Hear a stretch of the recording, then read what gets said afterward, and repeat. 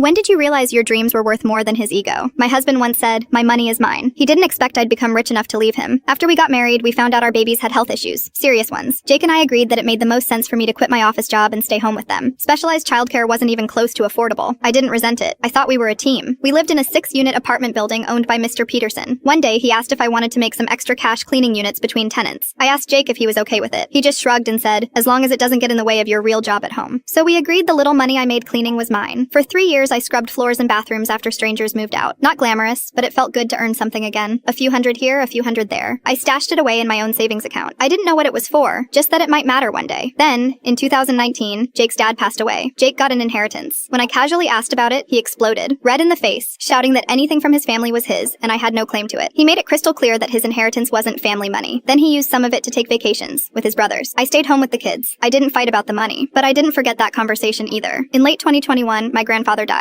I was his only grandchild. My parents are financially fine, so Grandpa left everything to me. I didn't tell Jake, just moved the money into my personal account and rented out the farmland, keeping the house since it's near my folks. If Jake's inheritance was his, then mine was mine. Simple math. Then in January, Mr. Peterson told me he was selling the apartment complex. Prices were going crazy, and I worried about how we'd afford a new place, until I realized I could buy the building. Between the inheritance and my cleaning savings, I made an offer and closed the deal. When Jake found out, he suddenly changed his tune. Now he wanted some of the rental income from the other units to go into our shared account. I was already giving him more spending money. He called me unfair for not sharing more, said it was family money now. I reminded him of what he said in 2019. My money is mine. We had a huge fight. I told him maybe we should split up. That stopped him cold. He begged to talk, knew I was going on a solo trip soon and asked to come. I said I needed space. Then he surprised me, offered to sign a postnuptial agreement, said he'd do whatever I needed to keep our marriage. My best friend's husband, a lawyer, drew it up the same night. Jake signed. I told him we'd discuss putting my work money, not my inheritance, into the family budget as a compromise if he took on more of the house and kid duties. He agreed. Then I left for my trip, and life threw him headfirst into full-time parenting. 3 toddlers, all with medical needs. He was overwhelmed from day one. When I got back, his mom and aunt were camped out in our living room. His mom always criticizes how I care for the boys. While I was gone, she tried to do things her way. Tommy is diabetic. I have his meal plan down to a science, crafted with a nutritionist. She ignored it. His blood sugar bounced all over. She cried because she had to keep pricking his finger. Tommy now cries when she walks in the room. Mikey has $5,000 hearing aids. One of them is gone. Danny has heart problems and hates anything on his face. His oxygen monitor kept going off because Jake didn't know you have to rock him to sleep first before putting on the nasal tube. Jake's aunt told me he called her at midnight on the first night, even with his mom already there. When I walked through that door, both Jake and his mom apologized. They finally saw what I do, what I've done, and why I don't owe anyone a damn cent of what I built.